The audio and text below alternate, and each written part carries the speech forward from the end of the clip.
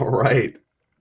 We are back here for round number 6, the final round of Swiss for our Team Trios event here in Elmhurst, Illinois. And of course, there'll be a top 8 draft as well. So we're going to have a little bit of a delay before we dive into the top 8 matches as well. Those players do get their draft done with. But we have one more round of Swiss. And as always, we're going to start with some modern in this modern standard sealed action, which, of course, is my favorite of 3 formats. I am Drake Sasser. I'm here with Devin, and we are going to dive right into the match. So if I'm seeing this right, we're looking at some ramp on the left and ramp on the right, 2 different ways to do it. Doom, talk to me a little bit about the Eldrazi ramp Amulet Titan matchup. Seems like a weird one. Yeah, for sure. I think we actually, for the people at home, I think we have our names swapped. I don't usually think that Amulet Titan plays Devourer of Destiny, but Yeah, weird basically, one. yeah, what we're looking at here is the classic sort of like combo versus ramp. And this matchup certainly, I would say, heavily favors the Amulet side of things. The Eldrazi ramp deck is a lot about setting up and maybe more slow plotting kind of here's a talisman, here's a Utopia Sprawl, maybe play a Myco Spawn, and then get to the late game, stuff like Ugin and Emrakul. And as you can see here, of turn 1 Saga into Amulet, the Amulet deck is not really going to give you that much time. Yeah, not at all. Explore the follow-up as well. So we're already getting some lands rolling here. I believe Shifting Woodland, the pair in there as well. Crumbling Vestige, that's kind of a 2-mana land the first time you get to use it, which is right now, but nothing to do with the mana. So back over to Daniel we go. With an Eldrazi Temple, kind of has 4 mana right now. Another something like Temple could get us to 6, and that's kind of where the action really starts, I guess. There's like a little bit of stuff going on at 4, and obviously a lot of stuff going on at 7 with the Ugins and what have you. But yeah, here's sowing Myco Spawn. I think that's the moneymaker in the matchup. Yeah, this has to be Daniel's best play this turn. If there was not a Myco Spawn there, then Daniel was going to untap and fetch up a second Amulet with the Urza Saga, and you can almost imagine if there's a single bounce land, probably would have been good enough. Looking at Daniel's hand, looks like Escape Shift, another Urza Saga. I didn't quite get to see if there was there's a Lotus Field, which Lotus is Field. sort of like a bounce land in all intents and purposes, doing the combo turn. But yeah, this is Daniel's just kind of just waiting, buying time, and this is why this matchup is so rough for Eldrazi. Is the Eldrazi deck can't really put a clock on you. It's turn 3. Daniel just started with a 3/3, and that is just not going to be enough to be able to close the finish line. Now, one thing I will say, if we do have enough mana, there's a funny line where Daniel can actually Emrakul. They're both Daniel. Stop can actually Emrakul Bakuber, and if an Emrakul happens, what basically Stop can sort of do the Amulet combo for Bakuber, and then essentially just mill him out with his own Aftermath Analyst. So you can do like Aftermath Analyst loops, and then like keep bringing that back and just mill him out, and then pass the turn after milling him out. Which I guess maybe that Stop's game plan. Well, I've played a little bit of some Mind Slavers versus Scape Shift before. Let me tell you, the card Scape Shift also gives you a nice floor of just sack all your lands, fail to find. All right, your turn now, and we're done with that. So even with no ability to combo or whatever, if you can't even figure that out, you don't know the lines, you could just cast Scape Shift and just Armageddon, one side That's Armageddon, true. and Yeah. call it a day there. And that's usually got to be good enough. Of course, Amulet can go off of a small base. I forget. And you mentioned mana. There's a lot of mana available here for Stop. I mean, if we Right. have anything, like this Kozilek's Command's looking for something to do, but if we find anything, we have mana to really get going. Yeah, presumably the Kozilek's Command looking for something like an Emrakul. I saw there was a bunch kept on top. There's another Myco Spawn. That's going to go ahead Myco Spawn's not clear bad. the Saga. Yeah, I was going to say Boseiju is only an opponent controls. Okay, I was going to say you can Boseiju your own stuff, but that is not a legal play because you can't do that. But I mean, Emrakul still, you can find, like you mentioned, there's the Scape Shift. You can sacrifice all lands, fail to find. There's plenty of things you can do once you eventually get to Emrakul. Even something as simple as Lotus Field, sacrifice the lands past the turn or something like that. So Stop definitely has some plays if he can find an Emrakul, and presumably if multiple cards were kept on top of the K command, that might be a thing that we might be looking towards next turn. Although I think Stop might be empty handed at this point. Yeah, I think we're out of gas. All your cards that you have left are under these Ugin labyrinths. You got a Devour of Destiny, I believe, a Sire of Seven Deaths under each of those. So you kind of get your choice on those, but both of them are just kind of a big beater. I like going for the interaction first with the sowing mycospawns, really getting that going, and then kind of you can reach for these just big beaters to try to close the game. Because, like you said, we're still missing a clock, despite sowing mycospawning twice. You know, we now have 6 power and toughness, but that's 3 turns. I mean, you can't really afford to give 3 turns. But if we can dial up a Sire of Seven Deaths next turn, okay, well that's a 2-turn clock now. Now we actually are doing something meaningful. And after 2 Stone Rains in game 1, I mean, this is really close to as good as I think you can ask for out of the Eldrazi ramp deck. Yeah, notably, Stop last turn actually went after the Shifting Woodland instead of the Urza Saga, which did represent the second Amulet of Vigor, and that's interesting because I think maybe Stop realizes that he just kind of has to sort of cut Daniel off of access to things like Grazer and maybe Analyst, Explore, things like that, Mm-hmm. instead of going after the second amulet, because he figures with the bounce land, even if he clears the saga, a bounce land would still get him. I guess it would only be 5. But yeah, we talked about there being no clock, and as you mentioned, here's that Sire of Seven Death just kind of rearing its Important. ugly head. That's gonna hit the battlefield, and this is the turn for Bakuber. Do we have lethal? Now, I did see the Lotus Field in Yeah, Lotus Bakuber's Field's hand huge, right? with the Second second amulet, Lotus amulet. Field. So yeah, Yeah, that's Titan mana. I mean, if we have a Titan, we're there. yeah. And a I think there was escape shift construct too. complicates things too. I think a construct could block potentially too if you needed another turn. But I don't know that we are going to. If we have a Titan, I think we could just do it now. Yeah, I think I might have seen escape shift in Bakuber's hand too. So, Is with that the good enough amulet, here? so 1 floating with the other 2 mana, that's 3. Lotus Mhm. Field with 2 amulets is 6. That's 9 mana. You can go scape shift 5 floating. Oh no, I guess the escape shift wouldn't matter, right? Because you'd have sack 2 lands anyway. So you can go 5 floating. Yeah, that wouldn't do anything. Oh yeah, you don't get to do anything at the Lotus Field. You have to use Right, like because you have to sack crumbling the lands. vestiges or whatever. Right, Yeah. right. Okay, so we've played Vestige as land 1. That gives us green for Spelunking, but that Mm. invalidates our 2 amulets, but does give us another land and another look. So maybe we're looking for a Titan here. Don't have a great look at the hand, but it looks like just a bunch of stinkers, bunch of just I like think weirdo it's lands. yeah, I think it's like Grazer, Bounce Land. I think that's a mirror pull as I think well. it's But Mirror yeah, Pull. I think there's Yeah, no, like you mentioned, I think there's no payoff, no Titan, no Pact, or I can't tell. That might be a Titan at the I can't end. see the last card. Yeah, the rest Yeah, of them are just lands. I can't really get a good look on that last card, but green card. I How assume if about it was that? a Titan, we'd be slamming that thing. So instead, we're mirror pulling. Okay. You can mirror pull to make a saga token. It is a I great mean, that saga. might be where we're at. Just give us another draw step. I mean, it's not terrible. Devour of Destiny, I think, needs to hit stuff that has one or more colors. So Correct. these constructs are not going to be moved out of the way with that thing. Yeah, the saga token actually does buy Daniel 1 turn. You can chump block a Mycospawn and take 10. Right. Actually, you trade, right? 3 artifacts. Here we go. Oh, right. The third, yeah, the amulet. Right. Yeah. I think Yeah, Stop also thought it nice. was a chump block too. Yeah. Yeah, working through it. Here we go. Got him. All right. And that gets rid of the spelunking, which is almost, I wonder if that's just good for Bakuber. Your 2 Well, amulets are back online. Bakuber can choose with the spelunking. You can choose to apply the land enter tapped as opposed to not, I believe, if it's gonna enter Oh, tapped. really? Yeah, I Okay. think it yeah. But I basically, didn't know that's how that worked. see the game over there. That was just a situation where Daniel kind of had everything rolled up, had all the amulets and all the mana in the world, but just couldn't find a payoff. I mean, that comes up with the amulet deck. You talk about how powerful it is, like how resilient it is. It's good against hate. You have to have all these things. Amulet, I mean, I think the most represented deck in this tournament for that reason. But there's a fail rate to the deck. Like there is with any combo deck, there is a fail rate. And that's what it looks like when you hit the fail rate. So you have everything primed up. You have all the mana, and you're just like, please give me a Titan. I set myself up for success. I gave myself multiple relooks with Explore, with Spelunking. Couldn't find the Titan. Frustrating games to play out. But I mean, not if you're Stop. If you're Stop, you've got to be super excited about how that played out. And now you get to go to the Cyborg Games and hopefully make some adjustments to your deck to dial up a little bit more amulet hate. Yeah, and I think it's time to go ahead and take a look at standard here. We got Oh, here we go. as we always do, VV Cauldron mirror match, not surprising here. And this is game number 1. There's a lot of dice on these marauding Makos. Yeah, these are Looks some like big makos. Casey has a VV underneath a cauldron. Harrison has no cauldron or VV.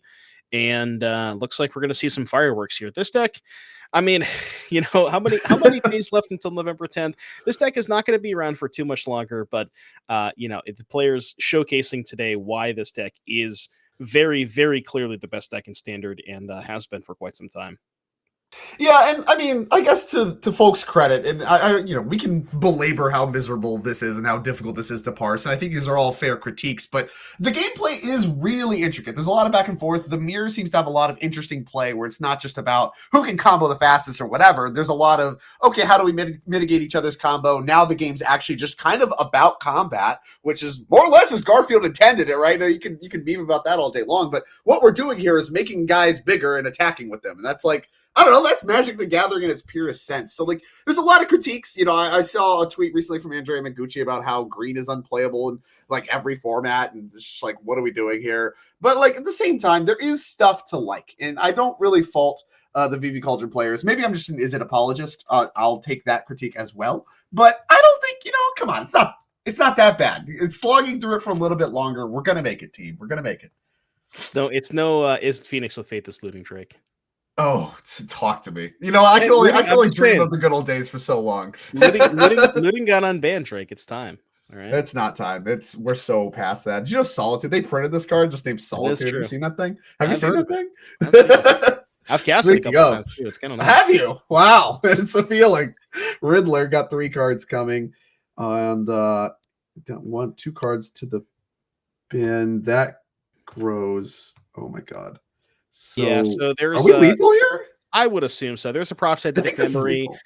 There's a VV under a cauldron. The prof's is going to put 7 counters in a VV. Then Casey's going to have 18 mana in post combat, and we might not even go to post combat. I just kind of have to assume because there's 2, 3 blockers here for Harrison. So if Casey can, I'm assuming we have Delirium, right? Land, yeah, I'm trying to see if we have Delirium. I think that's the thing that matters. I think there's 3 types. Oh, there's second cauldron. I think that's super there's lethal. 4 types. Yeah, that's super lethal. I think we can cut back to modern. This looks pretty lethal. Harrison tapped out, and I think second cauldron. That's Delirium. That's 2 combats. That's infinite damage. Well, not infinite, but functionally infinite. And that's 1 dead camper. So we're gonna move on back here and take a look at. Ooh, yeah, no kidding. The Stone Brain. Talk to me. Get rid of some cards. Extraction effects. Yeah, so we mentioned, this matchup is pretty bad for Daniel Stop here on the Eldrazi side. But one of the cards in Stop sideboard that at least gives him a fighting chance. I mean, I say that as he's up a game, is the Stone Brain. And if you Stone Brain the Titans, then the Amulet deck has a much harder time winning the game. But we see a Beseju go ahead and take care of that. So that's going to be not a problem here for Bakuber.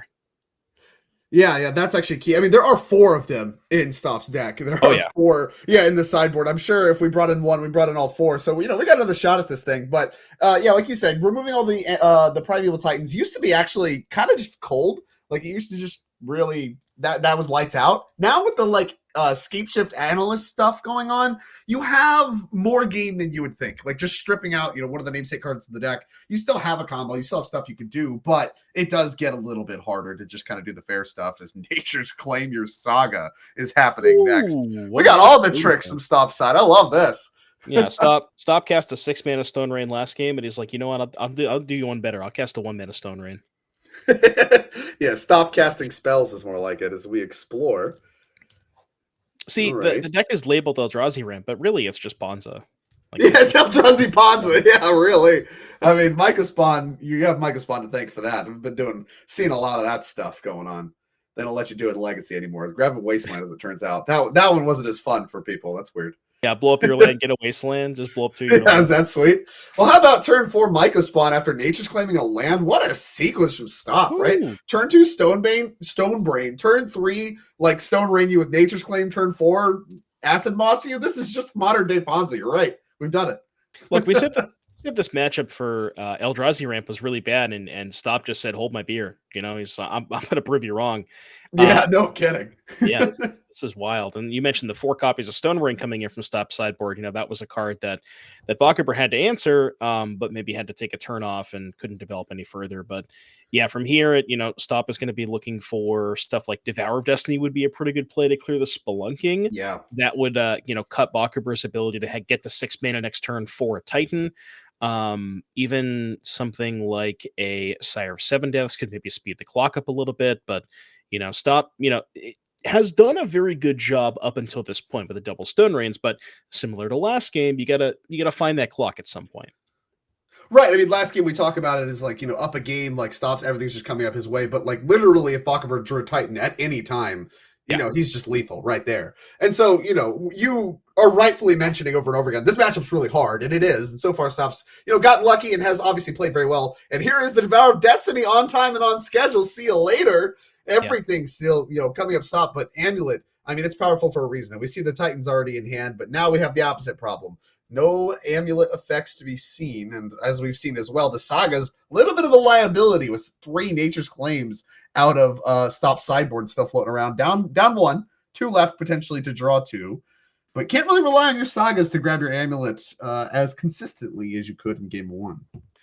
Yeah, it looks like Bakabur is working with an Odawara, a Saga, a Bounce Land, and 2 Titans, I think, is what we're looking at. So has access to 4 mana this turn. I mean, can just, play land this turn, play land next turn, slam a Titan, but doesn't really have an amulet or anything to, be able to get the Titan to play a turn earlier.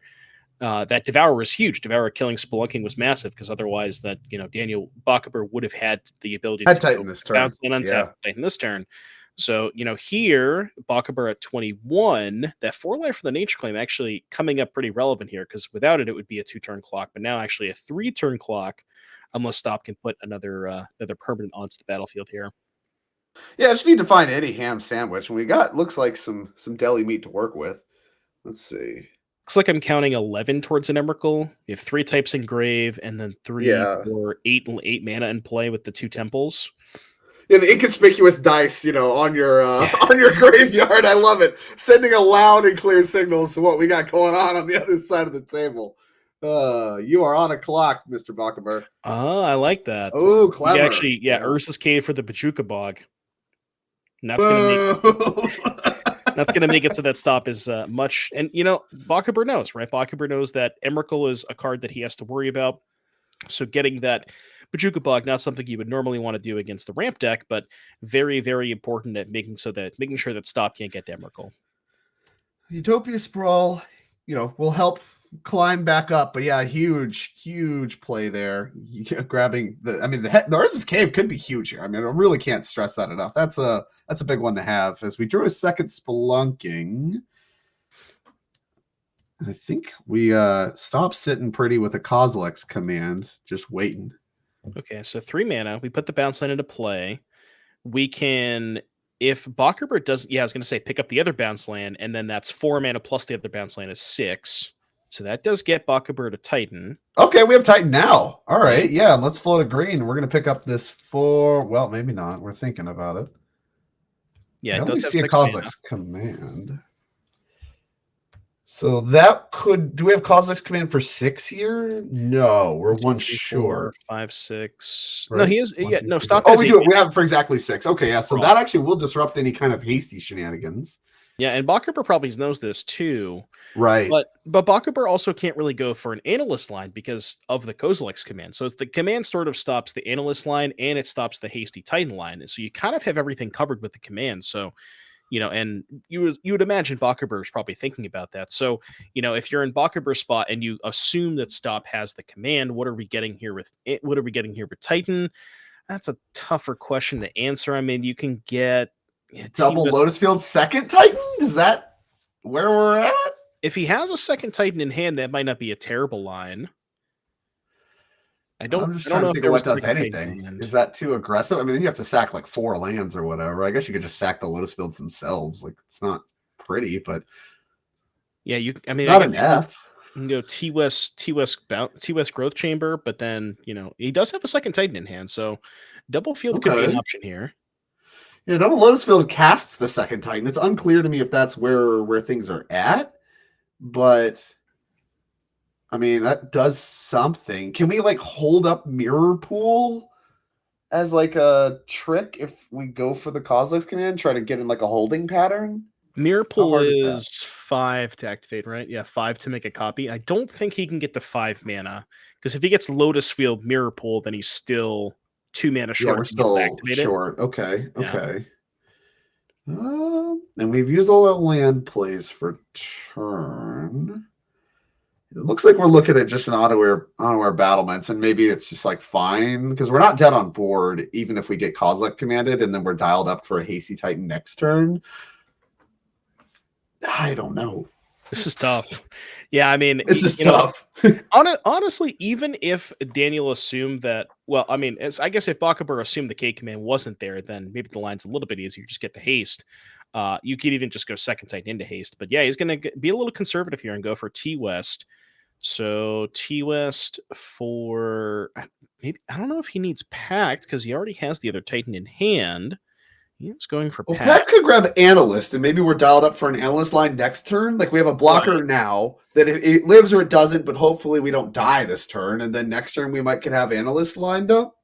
I wonder if Daniel is going to go Exile Graveyard, Exile Titan, or if he's going to go Exile Titan, Scry. I think. Ooh, are we going Spawns and Scry? We said, you know what? Titan Graveyard? I don't care about What that. Titan? I don't care. I respect it. I mean, love it. It kind of makes sense because this is the only way he can cast Emrakul next turn. Because if he goes, Sure. Yeah, this guy's Emrakul. Yeah. yeah, I mean, I guess he can go Spawns, Exile Titan. Then he only gets one draw towards the Emrakul, as opposed to scrying 6 plus the K command draw plus the draw for turns. This gives him 8 looks at the Emrakul, and there are 3 copies. Yeah, I 3 believe that's copies of correct. Emrakul in the deck. So Yeah. I mean, yeah, this is the play you make if you don't have Emrakul, I think, right? Because if you just have the Emrakul, it's fine. I mean, it doesn't really, I guess it doesn't really matter that much because you could just run the Titan into your Emrakul and then, exile the lands or whatever, like fail to find the lands, and you're like, okay with that.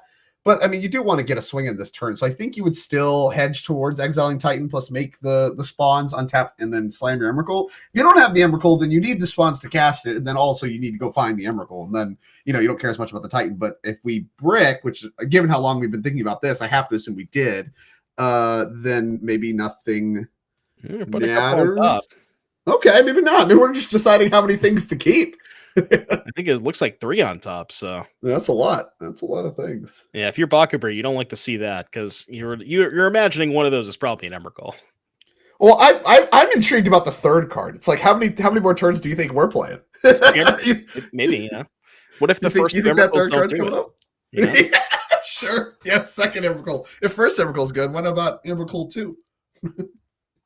Because I don't know if there's a card that Stop would want to keep here that's not an Emrakul. Maybe if he saw something like, I guess maybe if you saw something like a Devourer of Destiny or maybe even a Stonebrain, you would just keep that and just not bottom it to try. What if you bricked and just found a second Kozilek's command? Does that motivate you any direction? The second K command gives you a lot of flexibility because you can exile the Titan, you can blow up the graveyard if Bakabur goes for an Analyst line.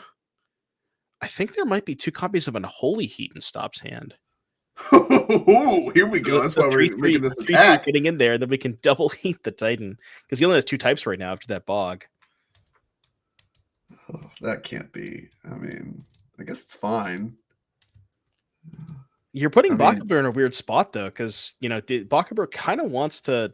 This is 9 damage, and Bakabur's at 12, and maybe Bakabur also can maybe assume that he doesn't have lethal next turn. Yeah, he's going to block the 3/3, which is going to work out pretty well for Stop because now he takes 6, Bakabur falls to 6, and then you can just double heat the Titan. Yeah, that's like the floor, right? Assuming we are looking at the hand correctly, double heat Titan. But I see some colorless lands being tapped, so we have something Eldrazi related. This looks like 6. Myco Spawn? Is it double Myco Spawn, double heat? I think it is. Okay, well then we're shuffling away some of the cards we scried with the first Kozilek's command, but because he kept 3 red, so he's shuffling away one of them. Yeah. Yeah. So one of them's going away. Ooh. I think he's going to get a Ghost Quarter here too. So then the Ghost Quarter is going to blow up the other bounce land, and then the second Mega Spawn is going to kill the third bounce land. And then I think, Or I mean, you could go for the Saga too if you're feeling that direction. I don't know that it matters if there's non-amulet things that are relevant in this matchup. I doubt it. I don't think so. The only other target I believe is Bobble, right? Yeah, it's usually Vexing Bobble. There's like a Soul God Lantern on the sideboard, but I think we're kind of past the point of that being a thing that matters. No. Okay. So we're on the Ponza plan. We have a bunch of more mana to work with the spawns. Gonna reach for those last, obviously. So, there's not a land in the grave. Okay, I was gonna say using, because now we can't double heat, but this is fine because you can use the Ghost Quarter to put the fourth type in the grave, and then the other heat will be turned on. So you don't even need the double heat the Titan. And this that matters a lot because you can hold up second heat, right? Yeah, and then that matters for Titan on the following turn. So awesome sequencing here from Stop. This is a clever way to sequence some cards that were looking rough after the bog. Are we not gonna Ghost Quarter?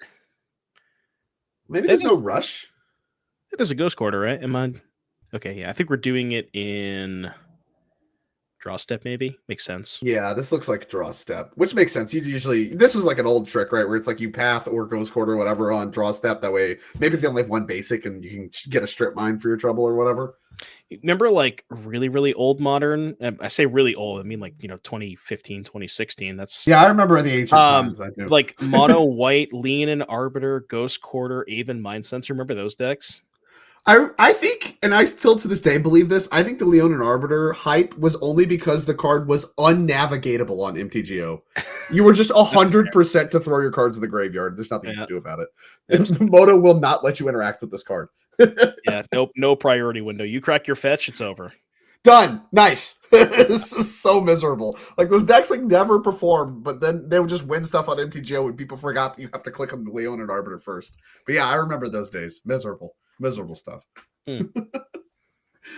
This is kind of reminiscent for sure. Down to 2 lands is our Amulet Titan deck on our right side of the screen. It's actually wild how Stop has just, we said this was a bad matchup for Stop going in, and I still think it probably is. And if you ask Stop, he probably would not want to play against Amulet if given the chance. But he's shown a very, very, he knows what the matchup is about. He knows that he has to blow up lands early and often as much as humanly possible, and he has done a very, very good job of doing that.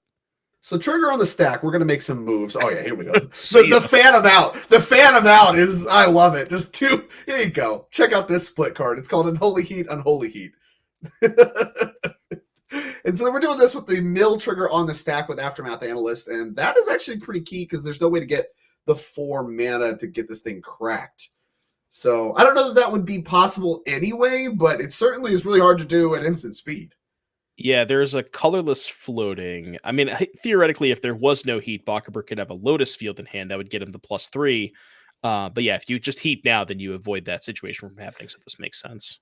Yeah, this is like your last possible time to do it and not like be opening yourself up to weird stuff happening. So awesome timing on this as well. Clearly a lot of expertise in this matchup from Daniel Stop, which makes a lot of sense. Amulet Titan's been around. We were just talking about 2015 Modern. Amulet was a deck then too. Yeah. And the handshake. Daniel Stop and his Eldrazi ramp deck going to crush the first matchup in what was I don't know, like you said, a pretty bad matchup normally, but a lot of expertise, a lot of really, really good strategic navigation of the matchup. And, also just drawing your Myco spawns on turn 4 really helps this matchup, I'm sure, quite a bit. Yeah, not an Eldrazi ramp deck. We're going to call that next time we have Stop on camera. If we do, we're going to call it Eldrazi Ponza. So yeah, he's just Ponza. He's the Ponza deck for sure. I think that means we got to find another matchup. Yeah, here we go. Standard time. Where are we going? So Casey did win that game 1. That was the game that we went away. Casey had the VV under the Cauldron, resolved a bunch of spells. So that sort of makes a lot of sense. And now this is something, a lot of people talk about the Cauldron Mirror and how busted this deck is. And yes, that is true. The post-board games get kind of weird where a lot of players, it's a very common sentiment among players that they want to board out, copies of VV, sometimes copies of Cauldron. And the post-board games are much less about the combo and more about just playing to the battlefield. And I think when you're doing that, if you're leaning less on the combo, from my experience, the most important card in the post board games is probably Profs, which you see Harrison has and Casey doesn't. Sure. I mean, yeah, that's already going to be out of the box, like a big advantage. I think, to your credit, I think the cards that you want to highlight as cards that are most important in the post-board matchups, the cards that kind of do both. You know, if you can do the card stuff and also be playing to the board, you know, I think this is kind of the 1-2 punch that you're looking for. You're looking for Riddlers, you're looking for Profs, you're looking for cards that move things along in that direction. And that's a lot of the motivation to talk about things like Vivi. Is like, hey, maybe we don't want as many of these. Is they don't really do both. They don't get you your cards flowing. They don't replace themselves. They really just do one or the other. And the cards that do both are the stuff that looks the best. And Camphor has that in spades right now. Yeah, what's really funny to me is I remember a couple of weeks ago there was an MTGO challenge that was won. It might have been a month ago. There was an MTGO challenge that was won by a deck that was blue-red, had no VVs and Cauldrons, but it had 4 Profs, 4 Riddler, 4 FOMO, all the blue-red draw discard stuff, but no VVs, no Cauldrons. And it almost feels to me that a deck like that is sort of just pre-boarded for the mirror. If you don't want the combo anyways, then why even put it in your deck to begin with? Yeah, I mean, we've seen this happen before in extremely lopsided formats like this, where there's just such a clear best deck. You can start to abandon all other matchups and just be like, I don't know, what if I just played the best possible deck for the mirror every single round, if that's what it's going to look like? And yeah, I mean, that seems wise to me. I don't think, no hate to that. Yeah, you're pre-boarded with your main deck and L's and all this kind of stuff. And yeah. Sure, why not? As here's Steam Core Scholar, the follow-up after a fear of missing out. Yeah, I mean, I mentioned Harrison, ahead on board with the Profs, but didn't have a creature to put the counters on. Had a huge turn where I think he drew 6 or 7 extra cards, but just didn't have a body to find a thing to put the counters on. So, maybe Casey can sort of set up something here if he can find his own Profs, especially with the FOMO. Resolving a Scholar here, draw a discard, maybe find a Profs, get a ton of counters in the fear of missing out, things like that. And I think a lot of what you want to speak to too is just some Magic fundamentals of just using your mana every turn. I mean, all these cards in these decks are pretty cheap for the most part, with the exception of Riddler, right? The 5 mana card, but you still play it for 2 mana. It's like, what are we talking about? Like, you're still using all of your mana every turn. You're moving cards around. You're sequencing your different draw spells. All this stuff kind of comes up, and you see so many cards that, yeah, here we go again. We just spent 8 mana this turn with your Izzet deck, with the curve stops at like 3. And I think that puts a lot of pressure on sequencing and being mana efficient when you're talking about the mirror and talking about trying to get ahead on board. And right now, Casey putting up good defense as far as being able to try to flip the script on this game thus far. But I mean, here's Camphor with a lot of mana to spend. Yeah, and Casey is tapped out, so anything that Harrison will do, Casey cannot respond to. I'm going to look at Harrison's deck list real quick and see if there are any copies of Wild Ride, because that is something we sometimes see in these deck lists. And looking at Harrison's deck, I see no copies of Wild Ride. So presumably, if the VVs came out, if we can't deal any sort of direct damage there, Harrison doesn't have a way to actually win the game this turn. No hasters, there's no Tursas or anything like that. Most of these deck lists have gone away from Tursa in favor of Steam Core. So, with that, wants to maybe set up a giant battlefield here, but likely, almost certainly cannot actually physically win the game this turn.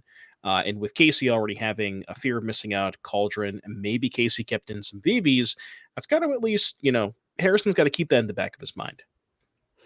I mean, there is some asymmetry here, right? Camphor's on the full 4 Steam Core Scholar, and Ryback here on 1 Steam Core Scholar. Of course, we drew it. And 3 of the Storm Chaser talents. No Storm Chaser talents in Camphor's deck at all. So a little bit of the numbers being played with. But certainly in this matchup, it feels like the Scholar paired with Profs is big game, right? Being able to play on attack and defense, just that vigilance coming up matters a ton. I mean, obviously, it's another cantripping creature, so like it's still just going to play your game plan well. But as far as just playing to the board and certainly leveraging some of your better cards in the matchup, like Profs, and just getting large and being able to play attack and defense matters a lot. And I think we're going to see that on both sides. And obviously, Camphor prioritizing that as well, as we're going to Agatha's the Steam Core Scholar going to respond. Get that out of here. Not a chance. Some thunder Yeah. magic. You mentioned, Casey's list, only one copy of Steam Core Scholar. A couple of other differences too. There's one Duelist of the Mind, only 3 Agatha Soul Cauldron, and then in the sideboard I saw this lovely Spider-Man card, Hydro Man. Yeah, I was looking at that thing too. I don't know if that one. I don't know if that one came in, but I hope it did. I don't know what that's for if it's not here. Like, what are we doing with this thing? Your guess is as good Floodmaw. as mine. Floodmaw, your Riddler. Okay. Well, that gets that out of the way.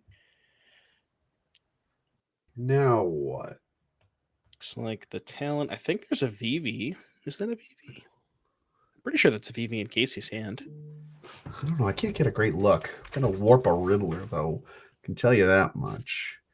Tapped Canal right on time. Yeah, looks like it's VV and talent left over here for Casey. Okay. A lot of stuff to do. Don't really know the full texture of the graveyard. We've seen a few Winter Night stories get harmonized that I don't think we necessarily knew were there. Yeah. Yeah, you would maybe imagine if Casey had a Winter Night, maybe would go for it this turn with the Riddler. Right. So I would guess there's probably no. We're out of those. Yeah, none of that in the graveyard. So with one player having a cauldron, but less stuff on the board to just do some basic attacking and blocking, looks like we're gonna. I was about to go on this whole thing about favor, what's going on with that, and then it just gets abraded. So never mind, it's gone. Yeah, Harrison definitely in the driver's seat this game. Has the advantage on board, has the 4/4 flyer, has the profs, and can maybe go ahead and pop off this turn. There's a cauldron. Now, again, graveyards aren't fanned out, so I don't know if there's any VVs. We can assume there's not, because if there I would assume not. Yeah, that seems Casey wise. probably would have maybe went for that at some point. So, but there is a Riddler being cast here, and Harrison's only on 1 card, so that means 2 more coming. This Riddler card, I think it might have some potential. I think this card's really strong. It's okay, Yeah, okay. Yeah, that's fair. 4/6, it's huge. Never getting through that. 2 more mana to spend. Ooh, discard my last card, draw 2. Ooh. Oh, man, what a sequence. And this profs is now just up to infinite. Oh, boy. Yeah, and now Harrison can just make an 8/8 flyer with Casey at 16, so that is a 2-turn clock. And Casey's leftovers are VV, talent, and land. Now, Casey does have a pile of mana to work with, so can maybe go something like talent, level. I'm going to assume there's probably a flood, although that doesn't work because Harrison has the cauldron. We got an Agatha's. So, yeah, I think Agatha's is the door on everything with the talent. So we need a draw step that has text here. Didn't get a good look. Yeah, I couldn't tell either. No, it's graveyard hand right now is not doing it here for Casey. Yeah, I mean, we still have this FOMO. Head and hands is usually not a good sign. Was Thunder Magic the draw step? Can't really get a good look. I don't think Casey has Thunder Magic. Oh, he doesn't even have it in his Harrison does. What is this thing? Yeah. That what is this red card? I think it's a FOMO. Okay. Second FOMO, I don't think does anything. So you can go VV into talent, get a trigger, and then FOMO discard the land. I mean, you have to probably find something like a Flood Maw just to be able to answer the lethal flyer. In case he can't really even try to set up a combo because Harrison has the Cauldron in play. So, right. Not a lot of options here for Casey. So we are going to level up the talent, but that targets. Right, that does target. Might be our only out, though, because, we got to target the Flood Maw because that gets rid of the flyer. We don't have a Flood Maw otherwise, and I guess, we're just going to pack it in there. It was do it that way or try to just blind draw another Flood Maw, and I don't think either of those lines are really that good. So a game 3 we get in our standard, and that means while they're shuffling up, let's take a look. Game 3 of our sealed deck. Give me Magic decks of Spider-Man. Oh, yeah. So we got Cameron versus Jake. This is game number 3. Remember, if Cameron wins this, that will be the entire match. But we have some Spider-Man stuff going on here. So as far as what is currently on the battlefield. What are we looking at here? Looking at life totals. I mean, Jake is pretty low here. Battlefield's kind of even though. A little bit of double blocking going on. I think that's Spider, well, of course they're all Spiders, man. It's just tough to talk about these cards a little bit, but the blue-white robot Spider. 1 second, let me get the text of this thing pulled up. SPDR. Yeah, I don't know how to say this thing, so apologies. 4/4 vigilance. When it enters, put a counter on a creature. Whenever a modified creature deals combat damage to a player, draw a card. Yeah, that's like the big money here. And obviously we have a modified creature to work with. So we kind of got to stay on defense here as we're going to do some additional conniving. Oh, here we go. We got it all pulled up. Got to be a tough one to search. Shout out to the coverage team. Spider, but we're using slashes piloted by Penny, of course. And so we get to put counters on stuff. There's some mob lookouts in play. That card, I know that card. That's the 2-mana 0/3, enters the battlefield, target creature connives. Yeah, nice one. That one's pretty good. Nice little curve. Very good with the Spider. Very good with SPDR. Yeah. There we go. Mob lookout. Take a look at this thing. Here we go. 0/3, human rogue villain. Enters target creature you control connive. So that gives us some modified things. But we did just discard a land there. So we might be very flooded here for Jake.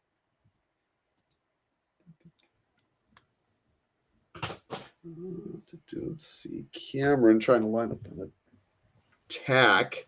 But it's so dangerous to attack because, A, these things are all huge. They all have just massive butts. They're 0/3s. One's a 1/4. Then we have a 4/4. So double blocks look pretty good with all this toughness to work with. And then, of course, if you overextend, then we get to start getting the drawing card stuff going. Let me see. Oh, is that that's the aura that makes 1/1 flyers, I believe. What's the name of that card? Let me find it. Just as good as mine. It is. Don't tell me. It's 5 mana. Or is it Robotics Mastery? I believe that's what it is. Yeah, see, there's the flyers. I know some of the cards. Yeah, you got more game than me. I admit it. The extent I've played any, it's online, and I'm realizing now all the names are different. So I don't even know the names. That is very, very true. Yeah, that's tough. So there's a couple mob lookouts here, and the Robotics SPDR. Mastery. So we get +2/+2 also. This thing has flash as well. +2/+2, and then make 2 1/1 flyers. That one's pretty good, especially in a sealed environment. Oh yeah, flyers, talk to me. Now we get to start laying some beat downs. Yeah, flyers getting in there. Looks like one of them's gonna bite the dust. Tap in 6 mana for. What are we looking at here? This little. Oh, that's the T-Rex Spider-Man. It's huge. Daring Dino. Yeah. Trample. There we go. It's our resident Colossal Dreadmaw, but it has word too. Man, they don't make them like they used to. No kidding. Reach trample. How about that? Where does Spider Rex sit on the Colossal Dreadmaw scale? High for sure. Obviously less than Primeval Titan, but look, beggars can't be choosers in the sealed environment. I would say probably a 6 or a 7. So we are, I guess, beholding the Sinister Six right now. That seems like a card that is lethal. I don't know a lot about the sealed format. It seems really hard to beat. 6 things. Returns up 6 to 6 creatures. things. It is we got 5 things. Up to. All don't right. even need 6 targets. Yeah. What do you even want? I think there's an Arachne in there. I know. I'm pretty sure that's Arachne. That's the 3/3 that you look at their hand and choose a card type. I'm pretty sure that's what that is. Yeah. Some I other see a stuff Spider-Man here. Glad I could help. Arachne, there we go. Get that pulled up. 3/3 web slinging white. To look at opponent's hand. Yoink a thing. Choose a card. Spells. Cost 1 more to cast of that type. Getting some counters on stuff. Though. Yeah, can't choose creature. I don't know what we're getting counters from. I can't really get a good look at the artifact. Trying to figure that out. Daily Bugle Reporters is the card there at the front. So when this thing enters, put a counter on each of up to 2 target creatures. So that's what we're doing right now. There we go. All right. And that gives us 2 more modified things for our Spider piloted by Penny. Yeah, it seems like Jake has a lot of stuff to modify for this gold SPDR, the 4/4. And there we go. We got Spider Bot. Oh Which yeah. interesting. We can search for a basic land, which I believe we did a library count to see if that was something we even wanted to do. As we also are milling 2 cards. We look at opponent's hand with Arachne. It's a land, so we chose a type other than creature. Name And land. sorcery. Sorcery is picked.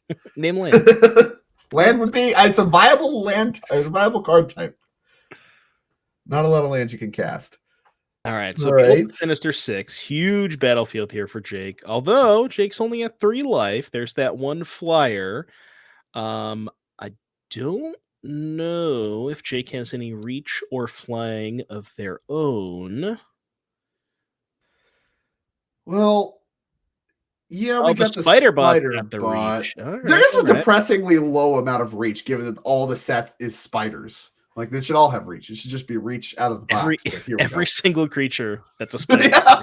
reach Look, are we committed by to spiders definition. having reach or not? Yeah, I All right, mean, whatever. that's fair.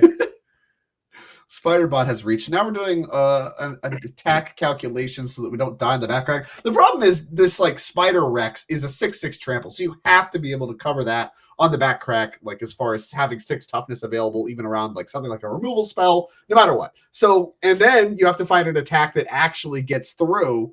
Um, for any amount of damage to start to move the needle that direction. So it looks to me like we're in for a little bit of a board stall, despite Behold the Sinister Six really pulling Jake back into the game. We're under a lot of pressure with these flyers, these little flying robots, and really on like a 1 or 2 turn clock. Now we have to try to figure out what does a viable attack even look like. And also, are we going to deck ourselves? That's the more important question.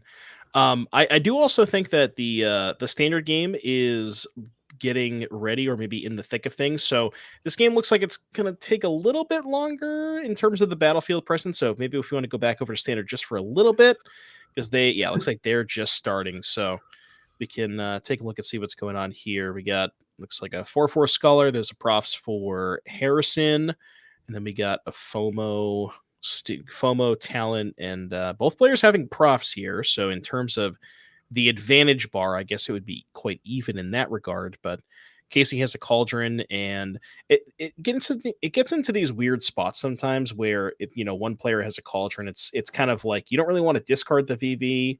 Yeah, you really can't, especially in this point. So if Harrison kept them in, those was going to stay in the hand at some point. I said that's probably a good argument to not have that many of them in your deck, Right? right? If they're a Yeah. liability to put in play and to have in hand, it's like, why is this thing in our deck? Like we should probably just not have that and just stick to the other stuff. As we're shipping back, we got 2 massive scholars which get to attack and block. We mentioned a little bit of that in the game number 2 about how important really the kind of just breaking the board state open with some attacking and blocking, and just size matters so much. Scholar, good one to carry a bunch of profs counters, and I think that's something that Camper's done a lot right here in these sideboard games, is assembling that specific mixture with all of his cantrips. But here we go. We got BV, we got Cauldron. What Ooh. can you do from here? Right back. Only 2 cards in hand. I don't know if Casey has a ton of action left over. At least got 1 spell. Looks like a Flood And Maw. there's Yep. Flood Maw. That triggers VV, and we're going to Flood Maw back. All right. Let's do it all over again. Stuff in people's hands. Here we go. Yeah, and I mean, you're sort of answering the Steam Core Scholar temporarily, but I mean, Harrison's just going to play it next turn, and then can also just make another 4/4. Casey looks like does not have Delirium. Looks like Enchantment land. Oh, it is. Yeah, Enchantment creature instant land. So it does have Delirium actually. Wow. So get a big attack So here. I mean, 2 attacks for 4. That's a ton. unfortunately for Casey, couldn't draw a card this turn to be able to get double profs triggers in the FOMO. That would have been a huge swing in terms of the race. Like you can imagine, even if it was just a FOMO for 1 more card, that would have been +3 power. FOMO would be 3 more counters. It'd be a 7 power. Harrison would be at 8. So Well, imagine instead of VV you had Steam Core Scholar, right? Like then what? Then what does the game look like? And like I said, that's yeah, really the card that I think has been kind of defining the texture of these post board games. Is that's what's being bounced to that, and we're literally the exchange we just saw, right? We got to see Flood Mob bouncing a VV for Casey and a Steam Core Scholar for Harrison. Well, one of these cards doesn't need to be when it comes back in, and that's the Steam Core Scholar. Here's a Winter Night Stories follow up. That's a lot of damage. yeah, FOMO into stories, It's a and lot then of damage. could even potentially maybe go discard discard something, play an island, use the island, tap the scholar, flash back the stories, and then just put 7 counters on a FOMO. Is that lethal? Are we sure? The FOMO was just played, I believe. Oh, right. So yeah, we're just beating down with the scholar right now then. Yeah. So we're not going to want to probably extend like that quite yet, but obviously we're set up to be very lethal next turn. And from what I remember of Casey's hand, not a lot of action to work with. So if we can find a way to clear the scholar, we're actually cooking. But we need to have an impactful draw step here. Remember, Casey has a VV in hand, and there's a Cauldron in play, and there's only a single red mana for Harrison. So if Casey can find a draw discard, something like a Scholar, you can go Scholar, discard VV, but it looks like that is not the case. Yeah, so we just have the pick up the Flood Maw, play Flood Maw, and now we have to chump with FOMO. Oh, well, maybe. Looks like we might be attack for combat. Yeah. So this is not a lethal attack because Harrison's at 11. Yeah. Oh no, it is because of the Cauldron. So this is 6, putting Harrison down to 5, and then on the second attack you have to chump block. Yep. Right. So now we did set up that, and now that does clear Harrison's board. So went from lethal. I mean, this is the big swings. This just swings back and forth, back and forth. I love that. Just flips the verge from the top right into play. No, not even move it to the hand. No shenanigans. Here we go. It's game time. We got spells in hand. We're gonna cast them. I see a Vivi. Starting with Scholar. Okay.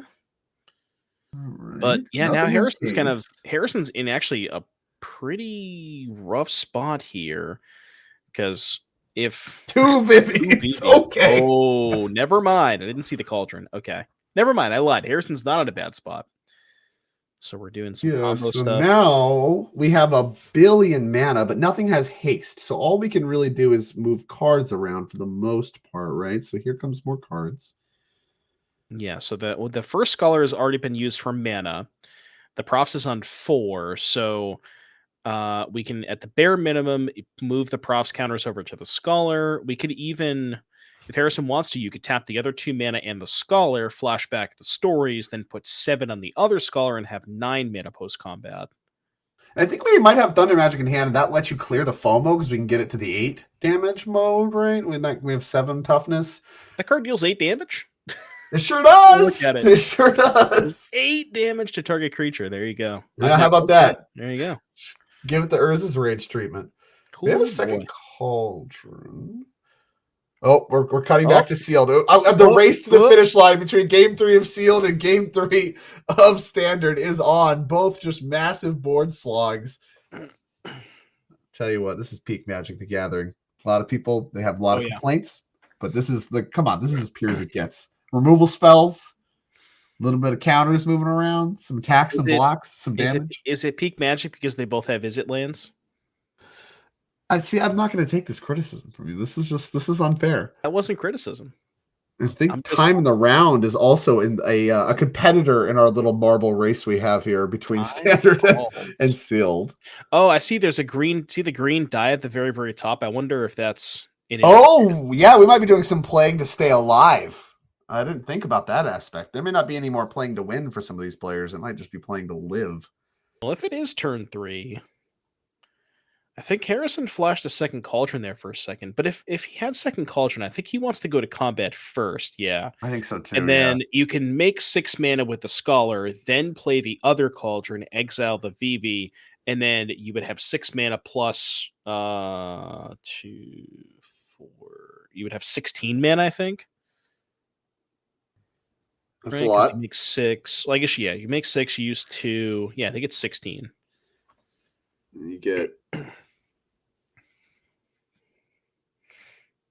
We're tapping to Winter Night stories. Okay. Yep. After this is post combat because he already put the counters on with Profs, and I think he wanted to do this because he wanted to make the mana off the second Scholar before deploying the second Cauldron. Because once you put the VV under the second Cauldron, then it sort of resets all the mana abilities. Yeah. You can do that. And we can get another creature in play too and spread it out that way. So we're doing that now with our Mako. And as you mentioned, funny enough, that Thunder Magic is going to kill that FOMO. because I mean that's going to make it basically impossible for Ryback to assemble a lethal turn, and then it's just a question of can Ryback stay alive to get the draw, and then you need to hope that your sealed can get a win, and yeah, I mean this is a mess. We're at full mess territory, but I would expect nothing left from our last round of Swiss here before our top cut. So, all right, so it's second cauldron time.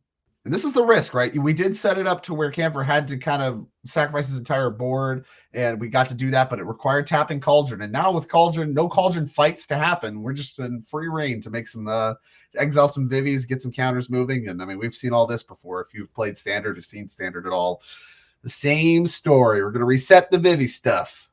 +9 mana, which is at the bare minimum. Oh, yeah. Boom. Oh, Fire yeah. off. Just blast that. See you later. 8 damage. Last card in hand's FOMO, right? It's a pretty good last card. That's not a weak last card. Yeah, I guess I'll cast this. Yeah, you sure will. Yeah, and I wonder if like what Casey can even, like you mentioned at this point, if it is turn 3 of extra turns, then Casey's plan at this point is probably just try to survive and get the draw.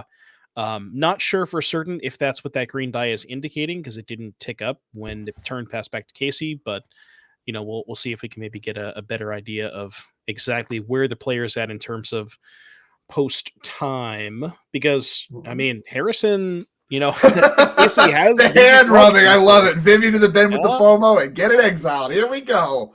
Anything you can do, I can maybe do better. I can try to do. Yeah, here we go. All right, so we got a Vivi our own, and Stories is the last card. It's a good last one to have. Yeah, Stories with the props. Right. Here we go. Now, both of these players, I believe neither of them have the Wild Ride. Because I'm trying to think of, I'm looking through the sideboard, looking through the main deck. I don't know if Casey necessarily has a way to win the game this turn without the Haster. No Tursa, no Wild Ride. Yeah, I don't think so.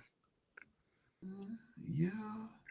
Unless somehow you can cast 20 spells with Vivi, which I guess is technically possible. It's tough. It is tough. Oh, wait, no. Harrison's only at 3. Never mind. Yeah, no, this is... Yeah, I didn't realize Harrison... Yeah, we need 5 spells, which is right, easier. Yeah. Winter Night Stories is 1 and 2, so down to 3. Yeah. It's a good point. Okay. Now what? I mean, yeah, I guess it's funny. I was talking about needing to get like some attacks through, but I guess if you just have 2 Vivies, I mean, we can just do it the Vivi way. Only needs 3 spells. Yeah, 3 more. We've already done 2. Yeah. And it looks like a lot of lands and garbage. So back to Camphor. We're shaking hands. I think this is just very lethal. So I think Camphor's going to win this one, which does put us to the sealed to determine it. But it looks like they're I think. Done. We'll get confirmation and stuff as far as to what happened, but it looked like tough. Pretty a photo finish. maybe it's possible the sealed deck finished and then the VV mirrors, because the sealed deck finished, they just said that. But once we get confirmation from production, we'll let you know. Yeah, I mean, there's no real way to know until they let us know. But I mean, some mentioning back and forth. Unfortunate, I guess, that it kind of came to time like that. I think there was a lot of like fun, interesting decisions being made. A lot of like, here we go. Casey's team won in limited, so the sealed deck did emerge victorious, which is interesting. After we saw the Behold Sinister 6, I thought that was going to be pretty hard to overcome.